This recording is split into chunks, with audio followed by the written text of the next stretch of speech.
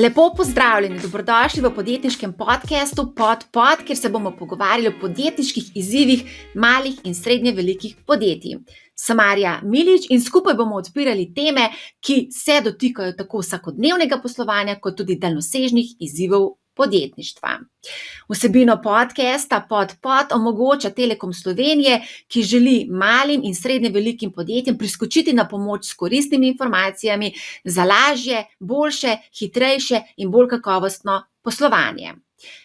In danes se bomo pogovarjali o kibernetski varnosti. Število napadov se iz leta v leto povečuje in vse bolj priljubljena tarča hekerjev so ravno mala in srednje velika podjetja.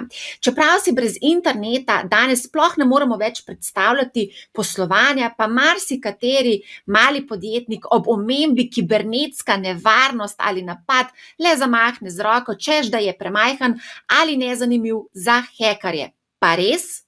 Poslušajmo izkušnjo podjetnika Miha Lavtarja, ustanovitelja in direktorja spletne agencije Optiweb. Čeprav obvladajo splet, pa so bili tudi sami žrtev hekerskega napada. Kibernetski napadi niso stvar prihodnosti. V bistvu so osnovni kibernetski napadi stvar preteklosti, ker to je že pase, zdaj se zadeve odvijajo precej hitreje in precej bolj napredni so te kibernetski napadi, kot so bili.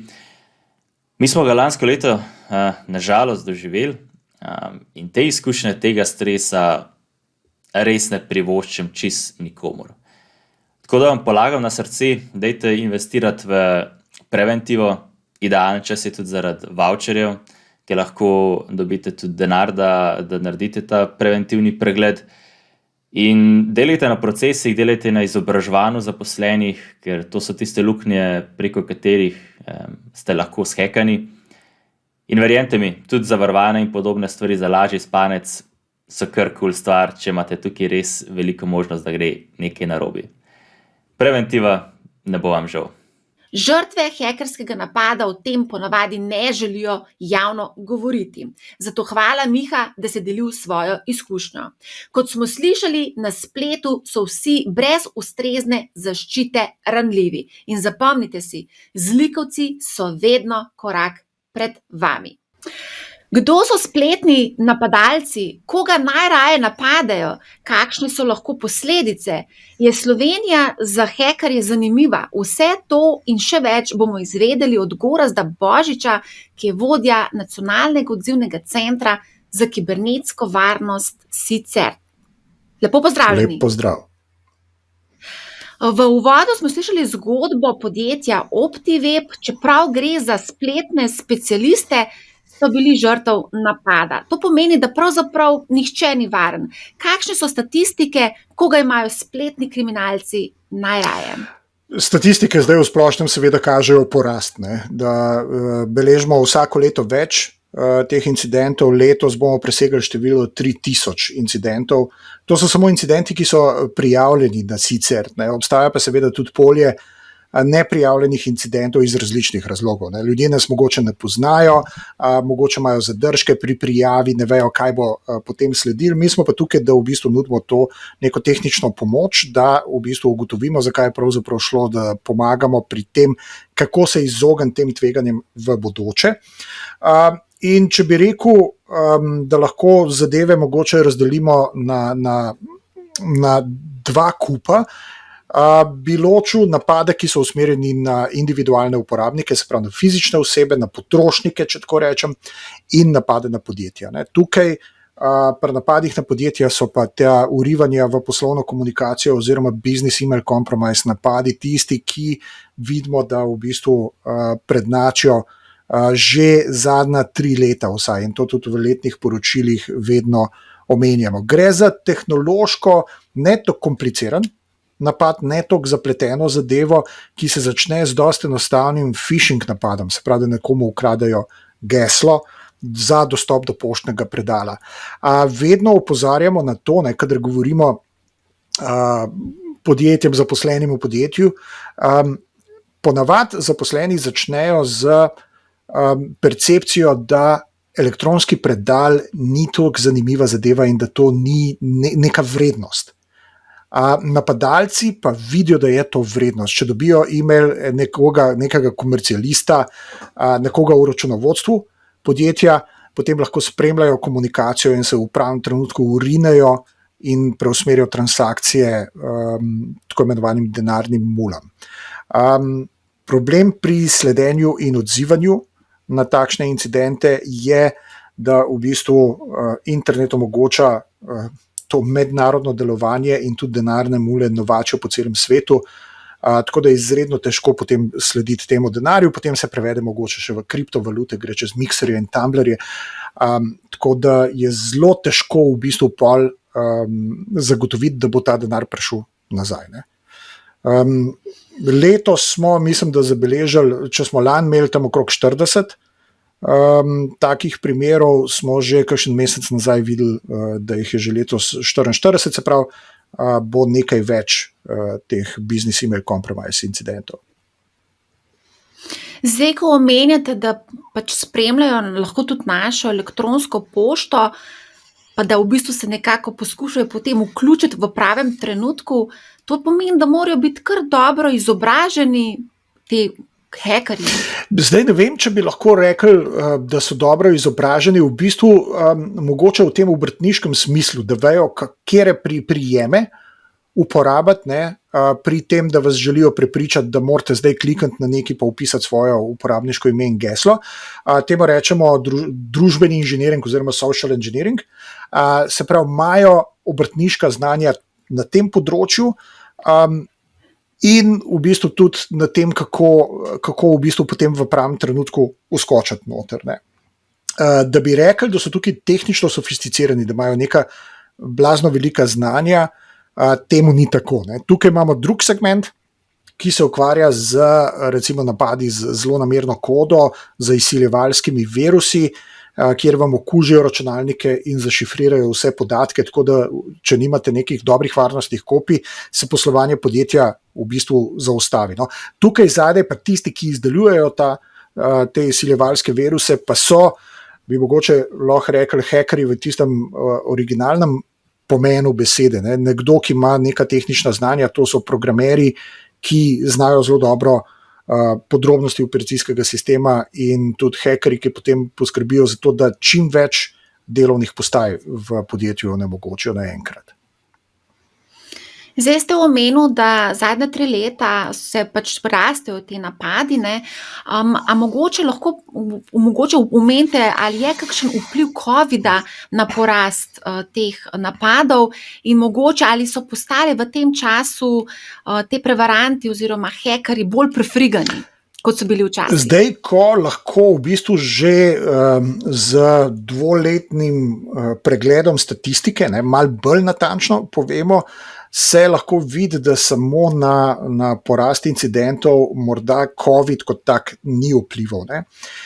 Ma pa vpliv na to, da so se povečala recimo oškodovanja pri spletnem nakupovanju v lažnih spletnih trgovinah, da so goljufi začeli izkoriščati situacijo COVID-a za to, da nekako porinejo te svoje prevare do končnih žrtev. Ne. Se pravi, recimo smo imeli takoj na začetku primere, ko se je izkoriščal pomanjkanje zaščitne opreme, ne, da se je pod pretvezo nekega brezplačne dostave ali pa zelo poceni zaščitne opreme se je poskušal pridobiti gesla ali pa širiti neke viruse na računalnike, se pravi, prilagajajo se goljufi na to COVID situacijo. Zdaj, da je samo zaradi tega število incidentov poraslo, pa je še vedno stvar debate. No. Ni tako enoznačno, da bi videli jasno, ko se je pandemija začela, je zadeva porasla. Imeli smo več prijav na začetku, v prvem valu, ampak morda tudi zato, ker je bil lockdown, prvi so ljudje bili doma, so se usmerili na splet in so nam začeli tudi več poročati. A marsikater mikropodjetnik nekako zamahne z roko in reče, jaz nisem zanimiv za hekerje. Zanimivi smo vsi. To je napačno razmišljanje, ker imamo nekako grajen tisti način razmišljanja, kdo bo zdaj nam udrl v hišo ali pa stanovanje. Ne? In tam recimo kriminalci vnaprej izberejo tarčo, zato da imajo dober return on investment.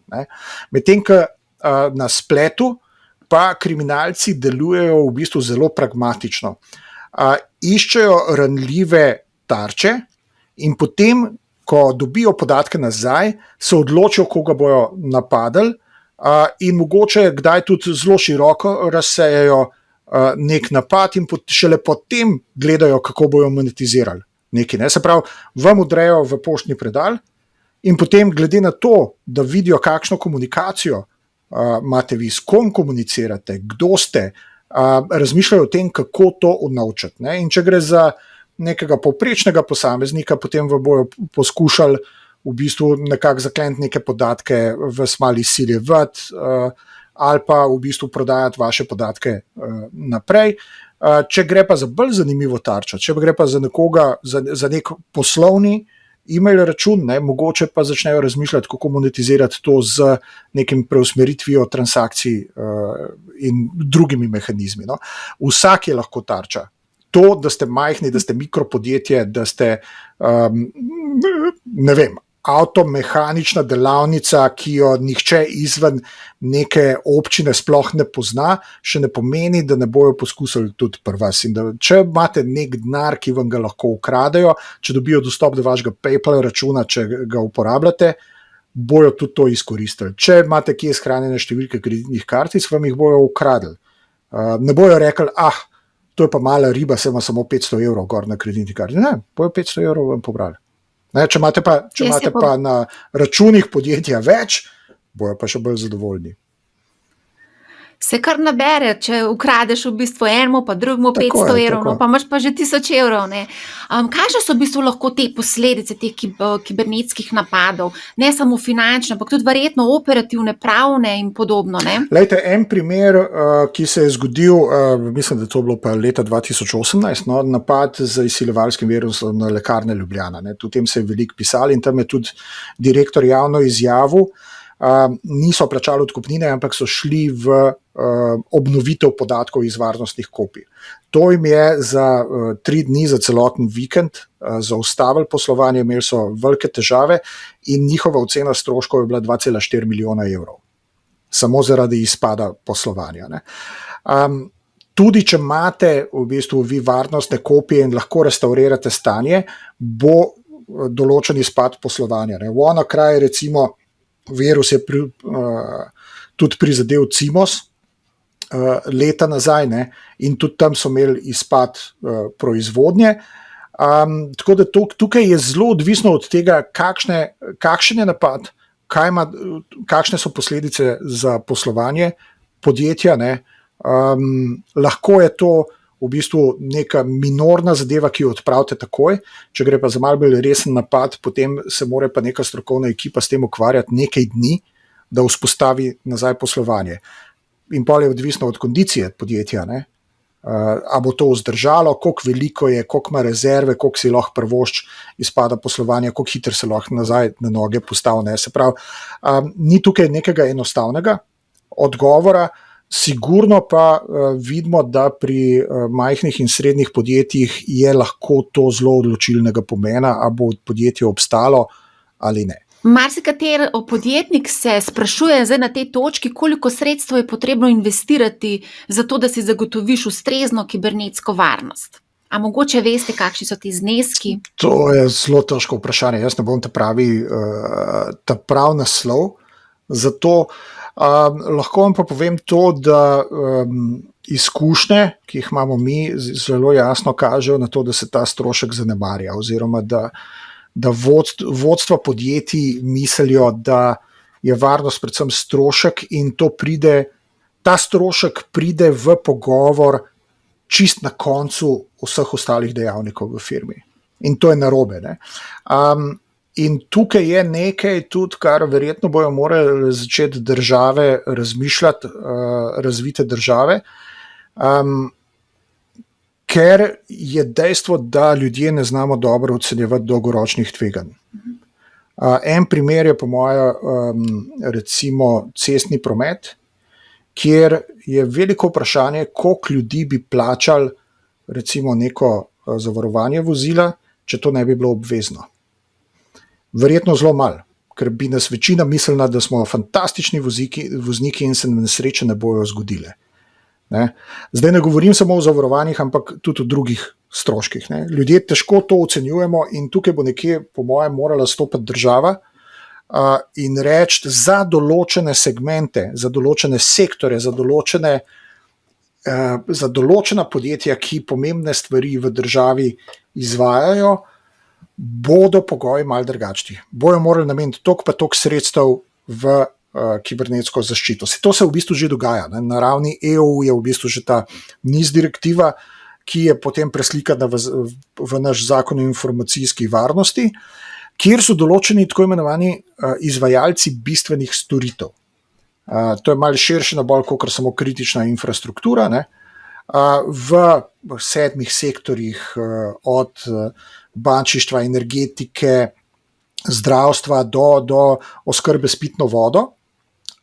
In zakon določa, da te izvajalci bistvenih storitev morajo doseči nek mal višji prag varnosti.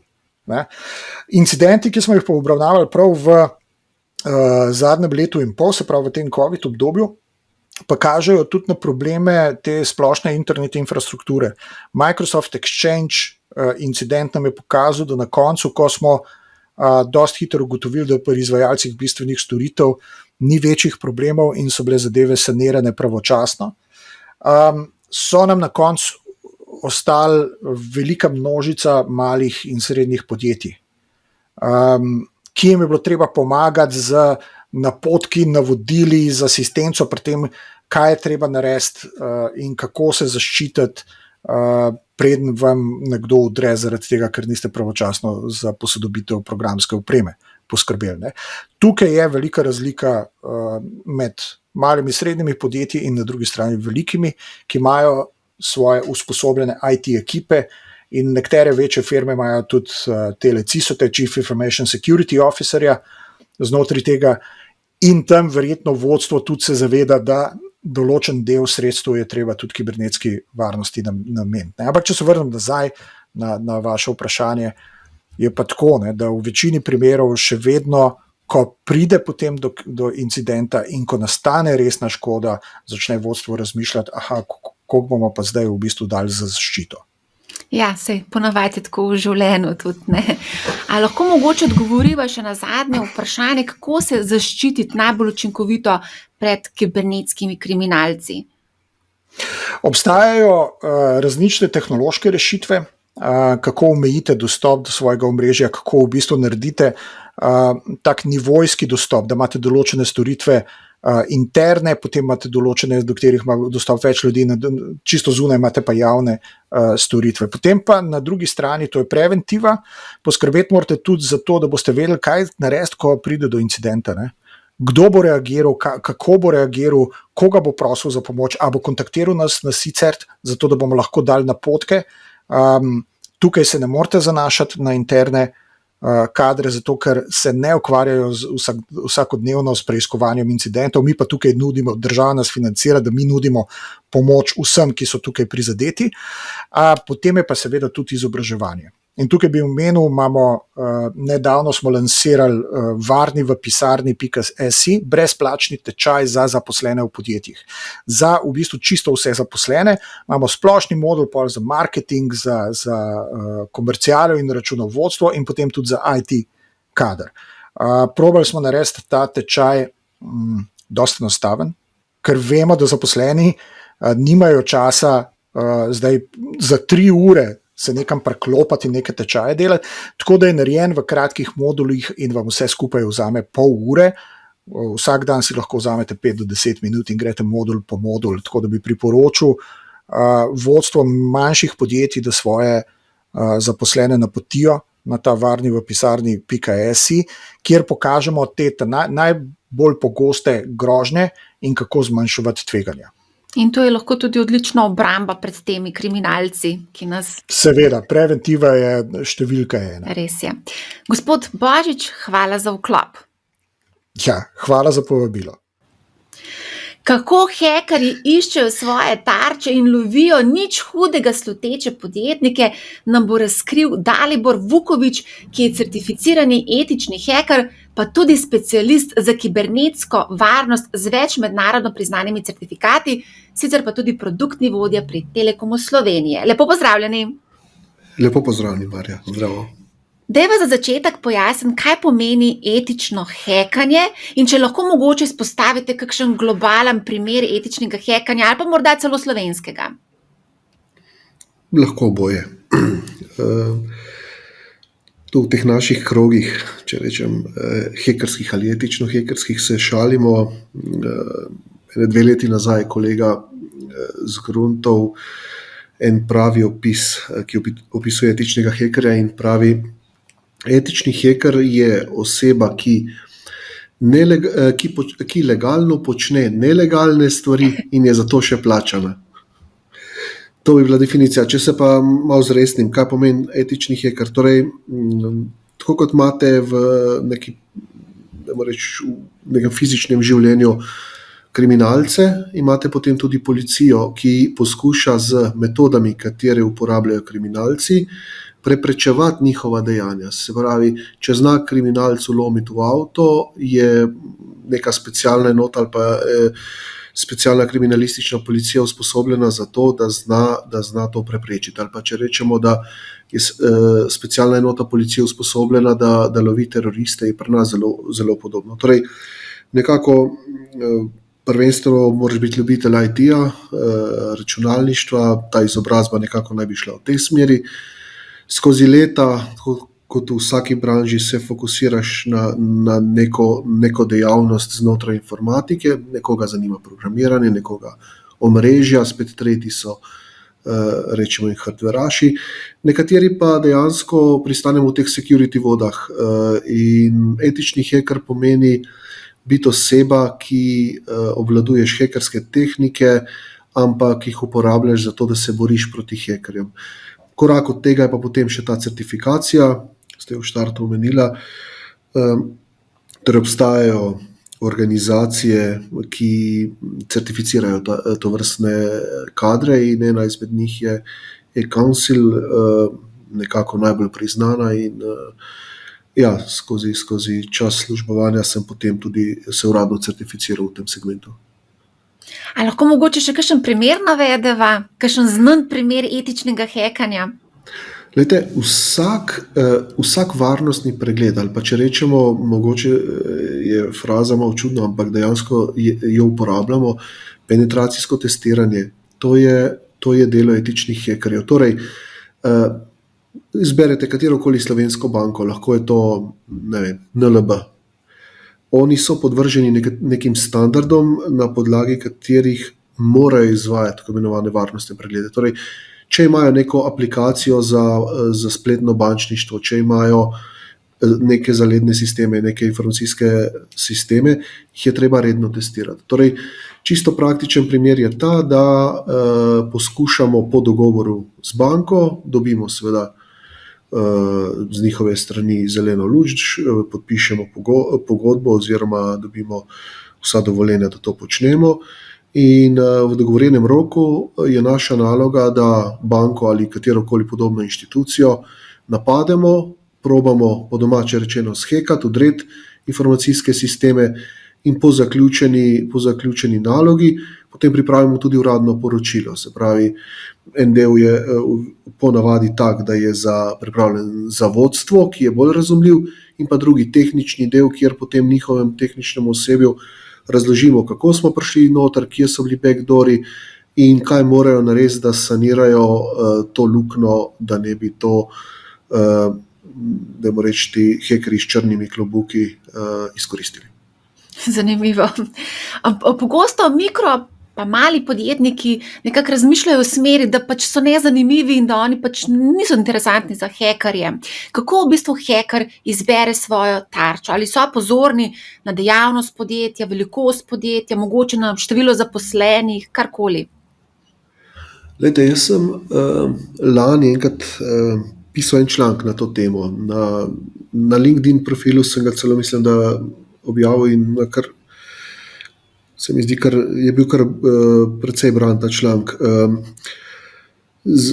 Tarče se ne zbirajo več na tak način, kot so se včasih. Včasih so bili osamljeni jezdeci. Dajmo reči, nek hacker ali pa script kiddie, ki je nekaj poskušal in se je fokusiral na neko firmo. In je rekel, 10 let nazaj, zame je pa banka zanimiva tarča, gremo to početi. Danes je to diametralno nasprotno. Se pravi, seveda obstajajo tudi take izjeme. Predvsem so to potem izjeme, kjer rečemo, da so mogoče državno motivirani napadi. Hipotetično, Američani in Izraelci s svojimi strokovnjaki napadejo neko infrastrukturo v Iranu. Lahko centrifuge za bogatenje urana. To je bil znan hekerski napad. In to je nek fokusiran napad, za katerega se izbere tarča in spada tudi v segment cyber warfare oziroma kibernetske vojne. Od čem ostalo, tisto, kar je zdaj, je pa v veliki večini tako, da je tisto, kar hacker rabi, je čim večji bazen e-mail naslovov. Ni več teh pravil, zdaj se bom pa fokusiral na banko. Ne, zato ker tudi hacker ve, če se fokusiram na banko, je tam infrastruktura precej zaščitena, bom veliko več časa porabil, kot pa če grem na mikro ali mali segment, kot ste omenila, kjer vem iz prakse, da adekvatnih zaščit nimajo, da prvenstveno gledajo na vsak strošek in si dejansko hacker bistveno manj časa vzame oziroma bistveno manj časa potrebuje, da kompromitira tako firmo. Ker vemo, da v takem podjetju v veliki večini primerov niti ne bo treba nekih brute force attackov izvajati, pa nekih hudo tehničnih zadev, temveč je treba biti malo psihologa in s pomočjo socialnega inženiringa priti do svoje tarče. To je bolj kot ne zdaj pisano pravilo. In mi imamo danes, ta teden smo rešvali eno večje slovensko računalniško podjetje, en teden predtem smo rešvali ogromno firmo z področja proizvodne in z intelektualne lastnine, malo predtem mikropodjetje z par računalniki, računovodski servis, tako da ni več teh pravil, kdo, koga, kaj, zakaj. Ta tako imenovani, če rečemo socialni inženiring, ima eno frazo, ki se reče spear phishing, kjer se fokusiraš na točno določeno osebo. Torej, če bi se jaz na to fokusiral, potem bi z nekim drugim motivom, ne finančnim. Mogoče bi rekel, Marja ima preveč dobre oddaje, preveč dobre podcaste in zdaj jo bom kompromitiral na način, da sesujem, njen sistem, da ne bo mogla v živo predvajati. A me razumete? V veliki večini pa, ko je denar v igri, in denar je praktično vedno v igri, je stvar taka, da samo iz bazena pobiramo te e-mail naslove. Mene je žal, da zdaj tle v živo ne moramo prikazati zadevo, ampak relativno hitro se profilira vsako podjetje in na podlagi e-mailov, katere dobimo, pripravimo phishing napad. In če imamo podjetje, iz katerega smo uspeli izvleči 100 e-mailov, je to kar več kot preveč, več kot dost tistega, kar rabimo v tej prvi fazi. Šele v drugi fazi bom jaz dobil vaše geslo in to je takrat, ko bom z uspešnim phishing napadom, s kloniranjem neke intranet strani, internet strani ali pa mogoče vašega Office 365 prišel še do vašega gesla. Takrat poberem poverilnico in plasiram skripto noter in potem poskušam pridobiti čim več finančnih sredstev tega. Zdaj, ta phishing metoda je najbolj učinkovita metoda, obstajajo kakšne druge metode, se te metode kaj spreminjajo, ko se enkrat razkrinkajo? Ja, torej v samem segmentu hackinga je metod malo morje, ampak če smo prej bistveno več uporabljali tehnično metodologijo, prej sem omenil brute force attack, se pravi metodo, kjer moraš imeti neka močna orodja, s katerimi poskušaš razbiti sistem, bi rekel, da se to zdaj počnemo v segmentu, kjer bi bila tarča res načrtovano napadena. Vendar, glede na to, koliko e-mailov kroži po svetovnem spletu in orodij, ki indeksirajo vse te maile, je za nas časovno potratna tehnično zahtevna metoda in je bistveno hitrejša metoda socialnega inženiringa. In ena izmed najbolj znanih metod socialnega inženiringa je phishing. Torej, poskušam dobiti nekaj na podlagi, rečemo, laži, lažnega predstavljanja, vaše podatke. Druga, ena izmed metod je recimo tudi, ne vem, zavajanje s pomočjo socialnih omrežij. Poznamo malo morje primerov, ne samo v tujini, tudi v Sloveniji, ko reče, ne vem, gospa pri 50, 60, ostala sem brez 50,000 evrov, ker sem na Facebooku spoznala ameriškega vojnega veterana in sem ta denar v prazno vložila. Ali če želite nasprotno, obstajajo upokojenci, ki so mislili, da denar pošiljajo svojim prijateljicam, Facebook prijateljicam, dejansko je ta denar šel čez druge roke. Ne nazadnje primer smo imeli predvčerajšnjim, ko je ta italijanski odbojkaš tako naivno odreagiral, ker je 10 let financiral pod navednicami, a ne mehiško manekenko. Skratka, teh metod je malo morje. Ena izmed metod je recimo phishing, kjer vas pokličem po telefonu, se predstavim, da sem, zdaj se bom spet, ne vem, hipotetično iz Telekoma Slovenije, da bi rad povezal vaš Teams profil z vašo IP telefonijo in vam 10 minut prodajam navodila, po katerih morate to nastaviti, in po 10 minutah rečete: "Glejte, gospod Polde, jaz res nimam časa, a lahko drugič." In vam ta gospod Polde reče: "Marja, če ni nič narobe, mi dajte uporabniško ime in geslo, bom jaz to sam v vašem imenu nastavil, potem pa čez pol ure geslo zamenjajte." In vi rečete: "Ja, zakaj mi niste pa že takoj rekel, bi vam takoj geslo dala." A veste, to je ta metodologija, po kateri potem pristopamo naprej v naslednje faze napada. Ja, zato si moraš vzeti dejansko čas, pogovarjati se s stranko, potencialno žrtvijo, jo prepričati, tako da tudi zato moraš imeti neka znanja, veščine, kako v bistvu okrog obrniti človeka, ne?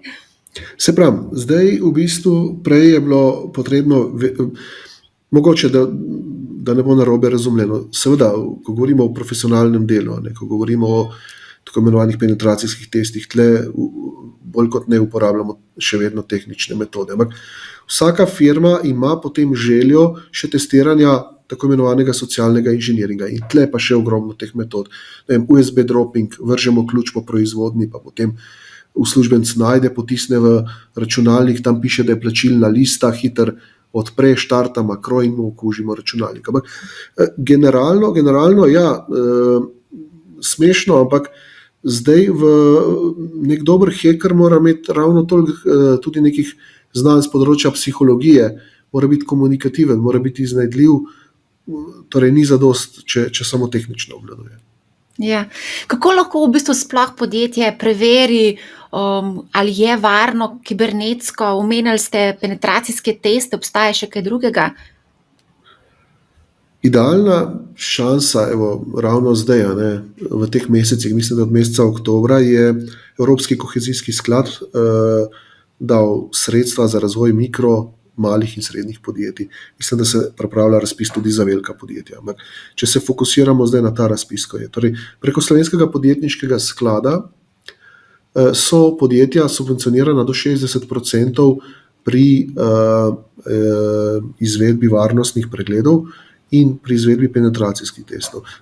V sami frazeologiji mogoče, kaj je sistemski varnostni pregled. Sistemski varnostni pregled je pregled neke družbe, če z določenimi avtomatiziranimi skenerji, da ugotovimo, ali ima kakšne backdoore, ali ima kakšne stranske luknje, po katerih so ranljivi in jim pripravimo na podlagi tega poročilo. Ko pa govorimo o penetracijsko testiranje, pa še ta korak naprej, da te ranljivosti tudi izkoriščamo. Imate neko spletno aplikacijo, pa neko mobilno aplikacijo in jo probamo potem udreti. In zdaj, če rečemo, kakšna je pot do takega varnostnega pregleda, če govorimo o tem segmentu malih, mikro in srednjih podjetij, najenostavnejša pot, da prijavijo projekt na podjetniškem skladu, preko Diha dobijo nek obrazec, ta obrazec izpolnijo in najdejo eno izmed družb, ki to izvajamo. To bi bil recimo najhitrejši, najcenejši postopek. Zdaj pa, če govorimo o večjih podjetjih, ki pa to rabijo za svoje poslovanje, če ste vi razvili neko močno aplikacijo in jo želite plasirati v tujino, pa ne gre čakati na take razpise, tle pa dejansko nimate kaj, morate platformo dati testirati. tisti pa potem brez raznih razpisov, je pa tudi seveda cena malo višja. Več o voucherjih bomo povedali v nadaljevanju. Mogoče še za konec, na Telekomu skrbite za kibernetsko varnost. Kdo kliče v vaš operativni center za kibernetsko varnost in zakaj? Mogoče lahko navedete kakšen zanimiv primer ali pa nenavaden. Ja, prvo, ne kličejo, nas noben ne kliče, kličemo mi nazaj. Ker če bi nas klicali, potem smo nekaj močno narobe naredili. Ne. V bistvu je tako, ne, če ste vi zdaj neko A podjetje ali podjetje ABCDO in če vas mi ščitimo, moramo mi biti tisti, ki opazimo, da se nekdo v vaši infrastrukturi premika oziroma da vam želi škoditi in mi v bistvu vas alarmiramo. Zdaj, Telekom Slovenije kot največji, pa če rečemo tudi nacionalni ISP, Internet Service Provider, praktično državno podjetje, ima že v osnovi ogromno dela z svojo lastno infrastrukturo večjih državnih inštitucij. Seveda mi dnevno sodelujemo tudi z organi pregona, z vojsko in tako naprej. Poleg tega imamo cel kup enih strank, od teh največjih podjetij pa vse do najmanjših.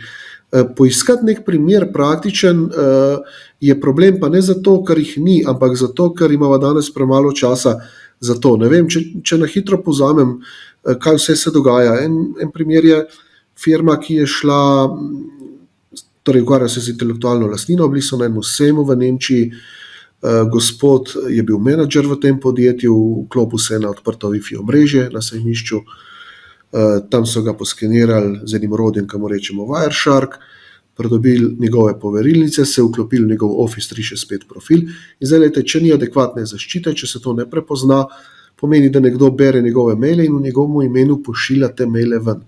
Torej v praksi v njegovem mailu z njegovo poverilnico izda fakturo neki B firmi, ta firma to plača, denar leti na nek škotski račun. To je en izmed takih primerov, če rečeva v minuti. Zanimivo. Na kratko smo predstavila ključne stvari etičnega hekanja in hekanja nasploh. Kibernetska varnost je seveda izredno pomembna, o tem bomo še veliko govorili, tako da zaenkrat najlepša hvala, gospod Vukovič, za vklop v naš podcast. Hvala tudi vam, hvala poslušalcem. Vsejene. Glede na to, da je treba vložiti tudi nekaj sredstev za zagotavljanje kibernetske varnosti, pa za konec omenimo še razpis za voucherje za kibernetsko varnost, ki ga podeljuje Slovenski podjetniški sklad. Kaj moramo vedeti o tem voucherju, pa nam bo povedala Mateja Grobelnik iz Slovenskega podjetniškega sklada. Pozdravljeni. Lep pozdrav. Ja, tako je, Slovenski podjetniški sklad razpisuje javni poziv, voucher za kibernetsko varnost, in je v bistvu zgolj eden izmed 14 voucherskih pozivov, ki jih sklad namenja podjetjem. V tem primeru, torej v tem dotičnem voucherju za kibernetsko varnost, gre v bistvu za sofinanciranje do 60% upravičenih stroškov za zagotavljanje povečanja kibernetske varnosti v podjetjih. Se pravi, da na ta način podjetja zaščitijo svoje podatke pred informacijskimi vdori. Zdaj, kar se tiče same višine voucherja, se pravi, tukaj gre za nepovratna sredstva, podjetja lahko pridobijo od 5.000 evrov do 9.999,99 evrov nepovratnih sredstev. Gre za enostavne spodbude res manjših vrednosti, ki jih lahko podjetja pridobijo hitro, enostavno in z čim manj zapletenimi postopki. Mi z voucherjem torej želimo spodbuditi podjetja k izvedbi sistemskega varnostnega pregleda v samem podjetju ali pa k izdelavi vdornega penetracijskega testa. Glavni namen voucherja torej je, da spodbudimo ta podjetja, da na nek način preverijo varnost svojega informacijskega sistema v samem podjetju, zaradi tega, ker v spletni kriminal, se pravi spletni kriminal, vdori v informacijske sisteme, to je prisotno v podjetjih v sodobnem svetu, v Evropi kot tudi med slovenskimi podjetji.